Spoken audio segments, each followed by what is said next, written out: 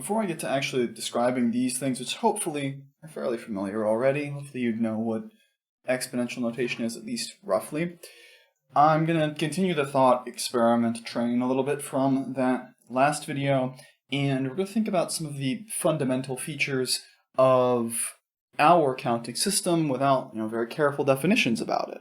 So one place that's very, very natural and that a lot of cultures and languages and numeration systems have built off of, in particular ours, is the idea of counting based on your hands and fingers.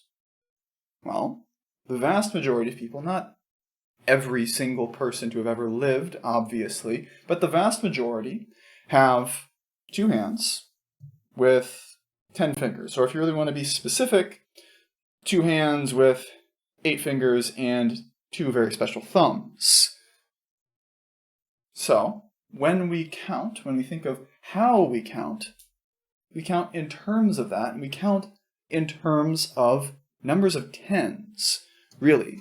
So if you think about when you're going through counting things, when you go from 9 to 10, for example, you're not just saying, I went from having 9 of thing, maybe 9 pairs of shoes, to 10 pairs of shoes.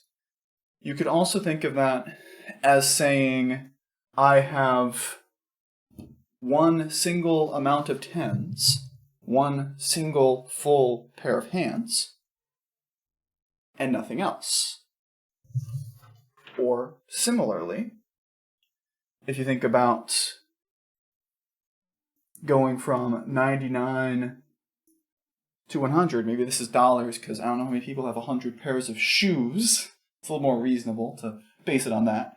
But if you have 99 of your thing, you can also think of that as saying, I have 9 full hands, and then one more with 9 things in the pair instead of the full 10.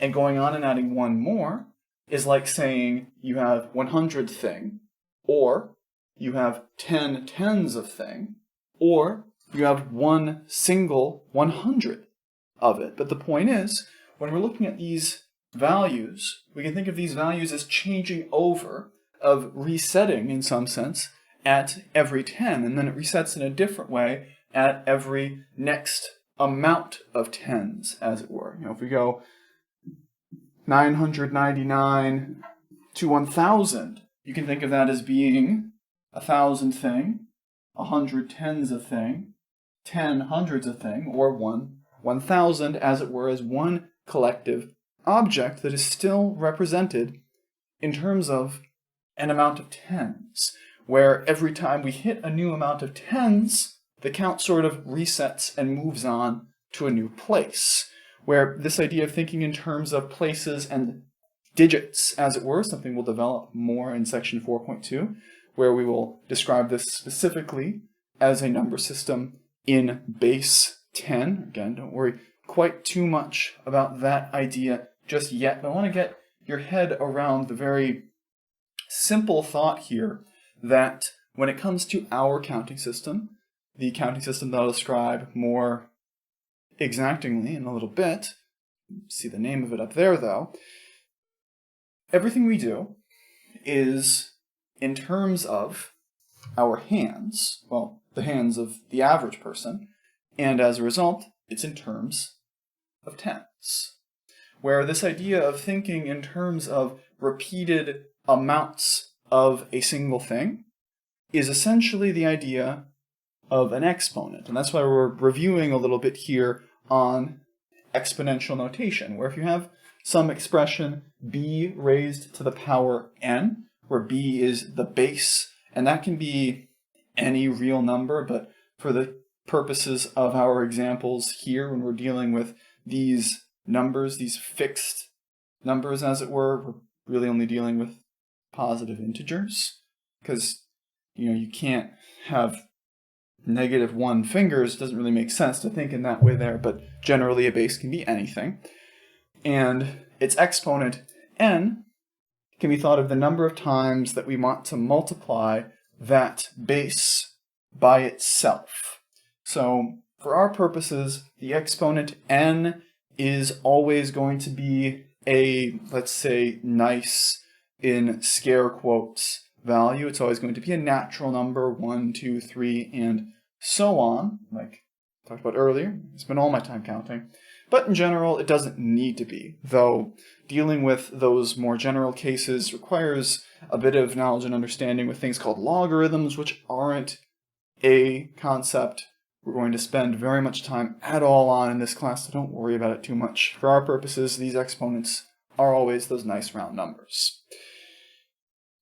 But, just a refresher on how exponents work. Remember that when we're looking at these sort of things, we have something like 8 with a little 1 in a superscript. That is 8 to the first power, which means we're taking 8 and really doing nothing to it. We're saying let's identify one single power of it, which is that.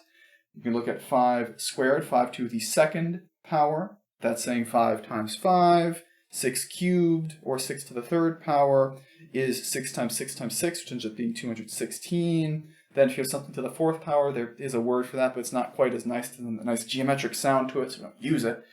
That's 10 to the fourth power, 10 times 10 times 10 times 10, times 10, lost one in there, 10,000, and then so on for something like 2 to the fifth, or something to the sixth, seventh, eighth, ninth. Really, as far as you want to go, that's how exponents can take you.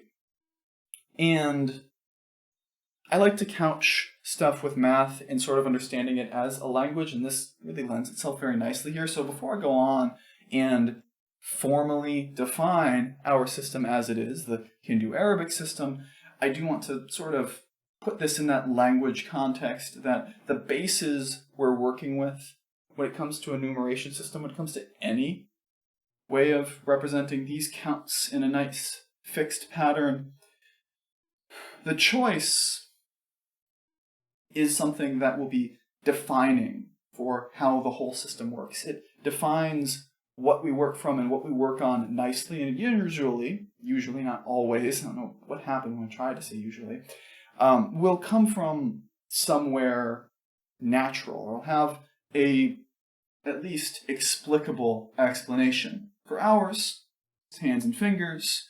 We'll see others as well. But you can think of it as being kind of like how in English, when we say a noun and give it a description, we always put the adjective first, or usually put the adjective first. So we describe a brown car as a brown, adjective, car, noun.